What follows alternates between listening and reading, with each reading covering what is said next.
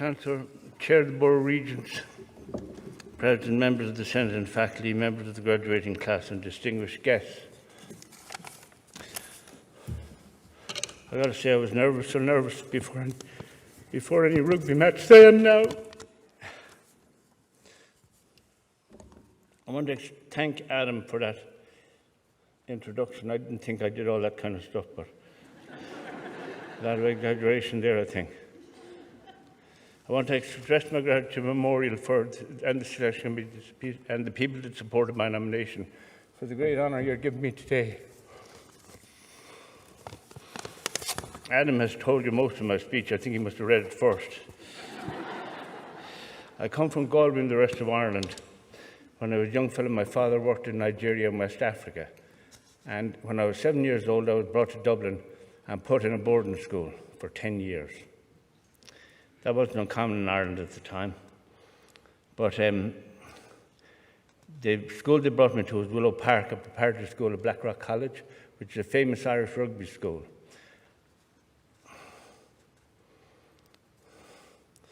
And during those 10 years in Blackrock, my lifelong passion with rugby started. And then for the last 70 years, I've been involved in rugby as a player, coach, or an administrator. I left Blackrock in 1960 and attended Galway University and studied medicine. Reflecting back now, I'd have to say that my life at the university was some of the best years of my life. Not only was it the foundation of my education, it gave me friendships that still exist today in the drive to make my mark in this world, in sport and in life. I graduated in '66 as a medical doctor, and in September of that year I arrived in Newfoundland. It was just a total accident. I wasn't going to tell you why I came here, but I think I will. Galway University was well known in those days for rowing, and we had a great crew. And myself and my younger brother were rowing on the Senior 8. The Irish National Championships was in Galway that year, so I thought if I qualified in June, the National Championships in July. Were training pretty hard, so I couldn't go into the hospital and do my intern year and train at the same time. So I said, to hell with the intern year, I'll row. Anyway, we were beaten by the Guards in the final. So here I was in Galway, no money and no job. And my younger brother was the same way. So the two of us headed for England, where most Irish guys went to get a bit of work. And we got a job as steel fixers in a place called Didcot on a power station. All the Irish guys, all the guys, the steel fixers on the job were all Irish. The Irish did most of the hard work in England in those days, probably still do. Anyway, we worked there for the rest of the summer, and he had to go back to university. He was doing medicine in Galway, and I had no job, so I had to look for one. So I bought the Lancet and the British Medical Journal, and I looked to see where they were looking for doctors, and they were looking for them in BC and in Newfoundland. I thought BC would be the favourite place because my elder brother was already there. But Newfoundland replied first, that the early bird gets the worm, as they say. So I decided to go to Newfoundland, and I arrived here. Well, anyway, when I went on Friday, is quitting day in England. So I told the foreman I'm off. I want my money and my cars today. He said, why? He said, what's wrong? The money not good enough? Now, we were earning a lot of money. But I said, well, actually, I'm going to Canada next week. He said, geez, he said, do they need steel fixers in Canada? And I said, no. I said, I'm not going to work as a steel fixer over there. He said, what are you going to do over there? I said, actually, I'm a doctor. But it nearly floored him. I hadn't told him before. Anyway, the Irish guys, all the steel fixers were Irish, and they decided they'd give me a proper Irish send-off. So we went to the pub. We must have had a great night because I woke up the next morning at 3 o'clock on a railway station. I had to walk down the platform to see where I was.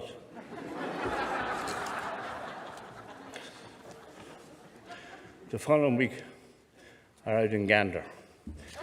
And in those days, the flights landed in Gander at midday, and there was no connecting flight to St. John's. So I was well acquainted with Blue Star beer by the time I arrived in St. John's. The taxi driver made a bit of a mistake when I asked him to bring me to the residence. He brought me to the nurse's residence. And that wasn't a place you needed to be at 11 o'clock at night when you're half under the weather. Two excited house mothers tried to shush me out through the door.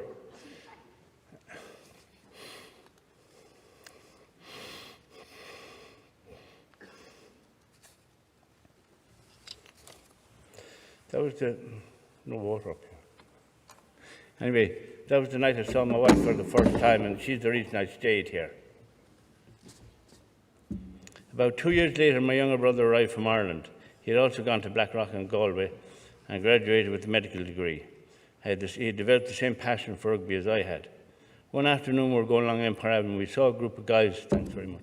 We saw a group of guys down in Felian grounds, kicking an oval ball around. It looked like a rugby ball.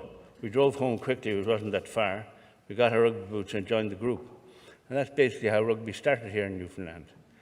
Now, funny enough, rugby was played in Newfoundland in the early 19th century, and the early 20th century anyway. And one of the cups we play for now was actually found in the Royal Building downtown.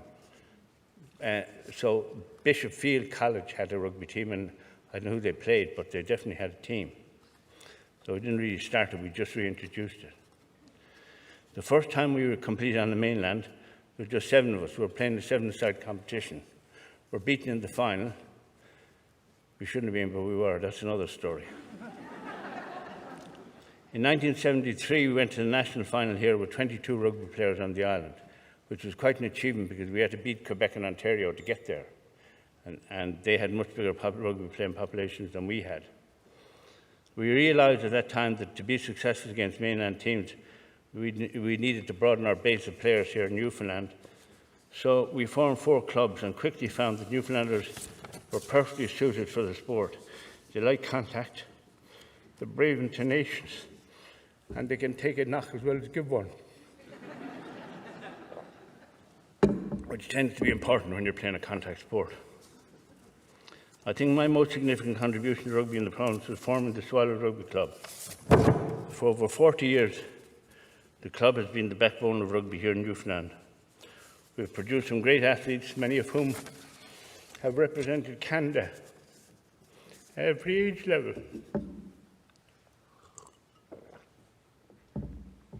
With the aid of 3 levels of government and our devoted and generous patrons, we developed a first-class facility on Crosby Road, the envy of any club in North America.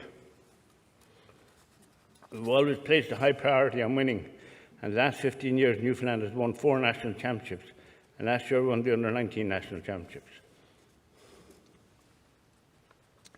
Rugby has been very instrumental in my life, as has been for so many others that have been involved in the sport. Past players have gone on to succeed in their chosen careers, with many of them graduating from Memorial just like you are today.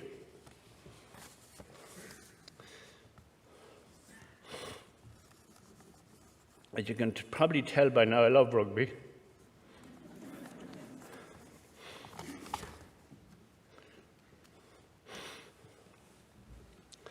Along with my medical practice and my family, it's been my life.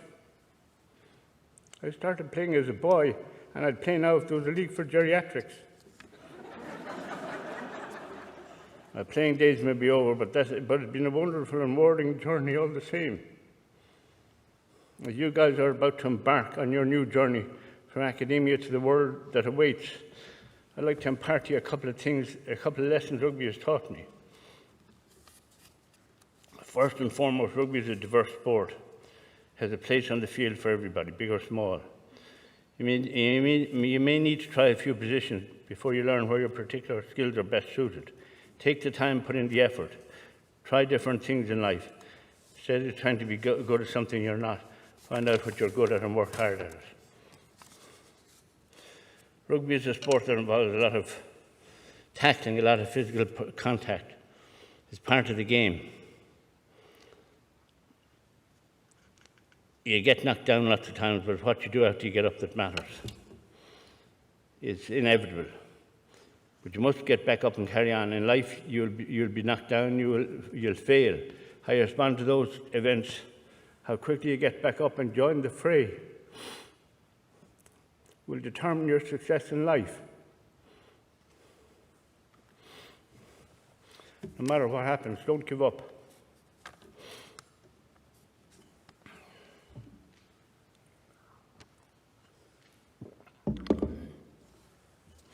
I'd like to congratulate the graduates and their families excuse me, on their achievements today. It couldn't have been easy attending university with COVID on the loose. You now go out into the world and apply what you learned. Your degree is just the beginning. Your future lies ahead, and the only limit to your success excuse me, will be yourselves. As in sport, you generally get out of life what you put into it.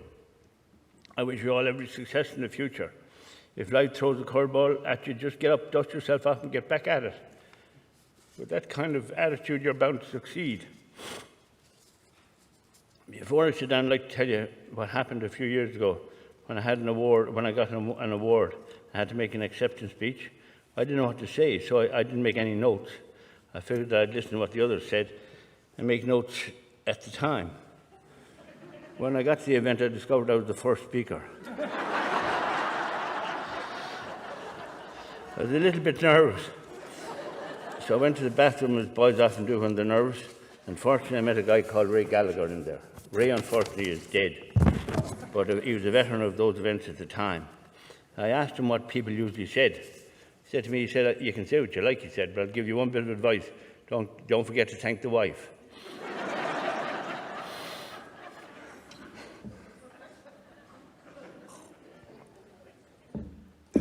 So thanks, Christina, for the last 55 years. It's been a long time, but life in rugby wouldn't be the same without you.